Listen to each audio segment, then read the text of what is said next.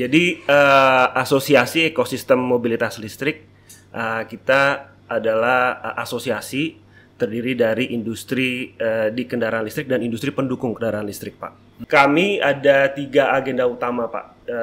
Kami memilih kerja kita di advokasi kebijakan publik. Yang pertama adalah untuk bagaimana mendorong pertumbuhan dari EV infrastructure. Terakhir kita launching satu platform namanya infomolis.id.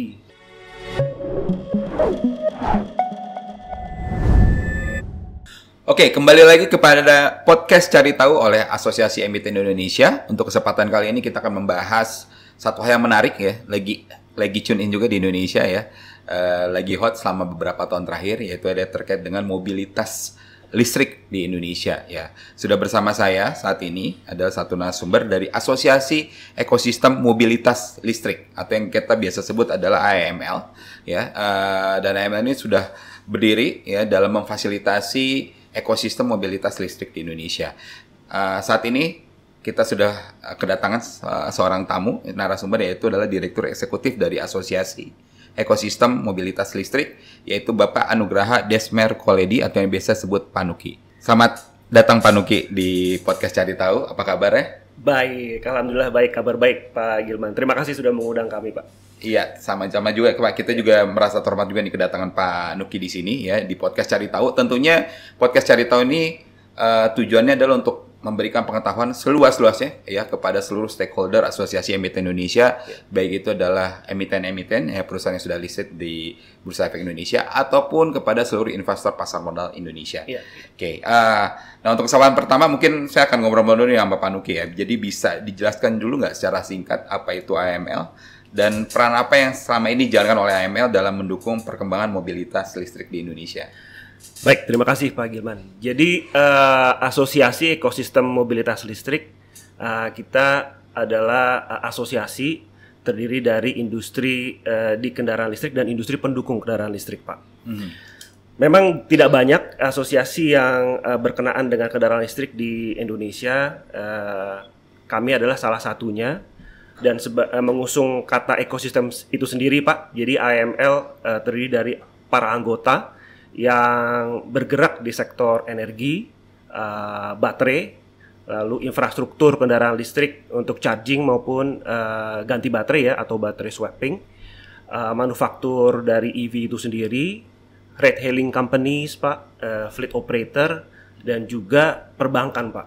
Karena kami melihat juga untuk mendorong ekosistem financing ini menjadi satu hal yang penting juga Pak. Jadi ini adalah keseluruhan ekosistem ya jadinya ya. Jadi tidak hanya kita bicara, saya pikir cuma masalah baterai atau enggak kendaraan aja, tapi tidak hanya itu, tapi dari energi awalnya juga ya, dari raw material sendiri, terus masuk ke baterai, masuk juga ke infrastruktur chargingnya, masuk juga ke manufacturingnya, masuk juga ke ride hailingnya ya penggunanya, pengguna dari kendaraan listrik sendiri ya. Memang sekarang kita lihat ride hailing menjadi salah satu yang pengguna utama ya Pak ya, dan juga tidak lupa financingnya ya. Jadi keseluruhan ekosistem ada di AEML ini ya.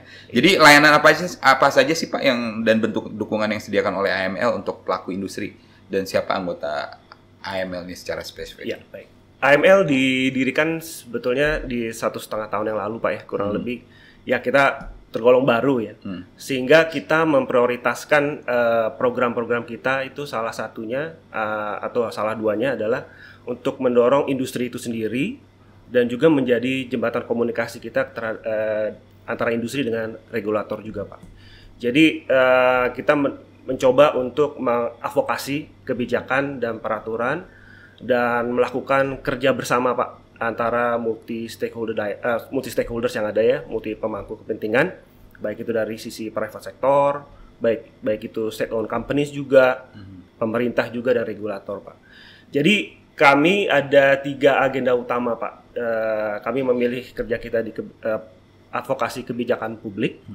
Yang pertama adalah untuk bagaimana mendorong pertumbuhan dari EV infrastructure.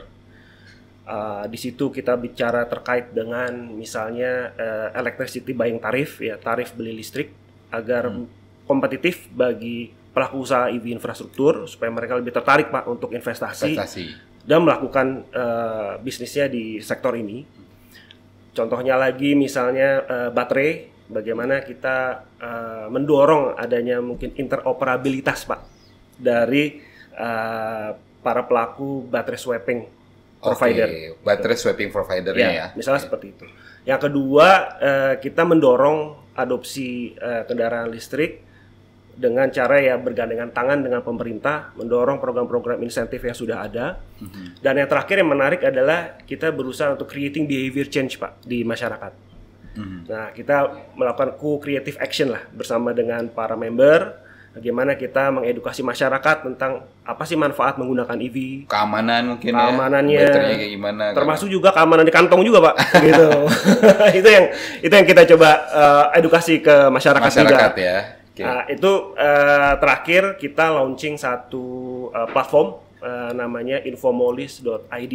Itu bersama kami dengan anggota juga dan beberapa pemangku kepentingan kita luncurkan infomolis.id ini sebagai sarana untuk mengedukasi ya juga ya. Oke, jadi ya fungsi asosiasi jadi ya, tadi ada advokasinya juga, rule making role-nya juga ikutan kan. Terus juga ada yang terkait dengan edukasi juga ya Pak ya. Sebenarnya jenis kendaraan apa aja sih Pak yang dalam naungan AML ini, apakah kendaraan model hybrid juga ataukah memang semuanya yang terkait dengan elektrik gitu ya, yang full elektrik? Iya. Kita memilih memang untuk langsung ke full elektrik Pak. Yang full elektrik full elektrik ya. Kita saat ini tidak menyentuh yang hybrid. Jadi anggota kita kalau Bapak bertanya jenis kendaraan apa sih yang atau manufaktur EV apa yang ada di dalam AML, saat ini memang didominasi oleh two wheelers Pak ya. Two wheelers EV dan satu electric bus. Electric bus ya. Jadi lebih didominasi justru two wheeler ya. Berarti motor-motor listrik kan kita bicara. Betul. Sama electric bus ya. Walaupun kita terbuka sebenarnya untuk yang yang four wheelers juga. Kita saat ini sedang cuman didominasi anggotanya masih banyak yang two wheeler sama untuk yang bus ya Pak ya. Iya. Oke. Itu. Nah, kalau terkait dengan ini Pak, maksudnya bicara safety-nya sendiri saat ini kan kita mendengar kemarin kan ada beberapa case misal Korea Selatan lah, terus yang sempat yang membuat pamor electric car itu atau electric vehicle itu menjadi agak turun nih Pak. Nah, kira-kira usaha apa nih yang selama ini dilakukan oleh AML juga nih dalam mengedukasi ya terkait? Kita banyak fokus melalui edukasi publik melalui platform kita Pak, infomolis.id. Jadi mulai dari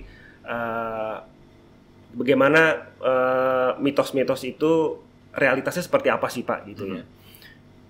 Sejauh ini yang kita pahami Pak, memang untuk kendaraan listrik itu cukup safety.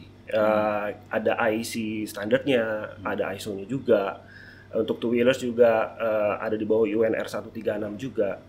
Jadi dan SNI pun sekarang juga mulai melihat ke arah sana Pak. Kita juga aktif juga AML di BSN, di Komite Teknis 4302 Kendaraan Listrik Jalan Raya. Jadi kita selalu berdiskusi terkait dengan safety dan interoperabilitas Pak Gilman. Oke, kita cukup sampai itu dulu. Nanti kita lanjutkan pada sesi selanjutnya. Jadi teman-teman cari tahu, jangan kemana-mana. Kita akan lanjutkan pada sesi selanjutnya untuk podcast Cari Tahu dengan Bapak Anugraha Desmer Koledi atau Panuki ya, dari Direktur Eksekutif Asosiasi Ekosistem Mobilitas Listrik Indonesia.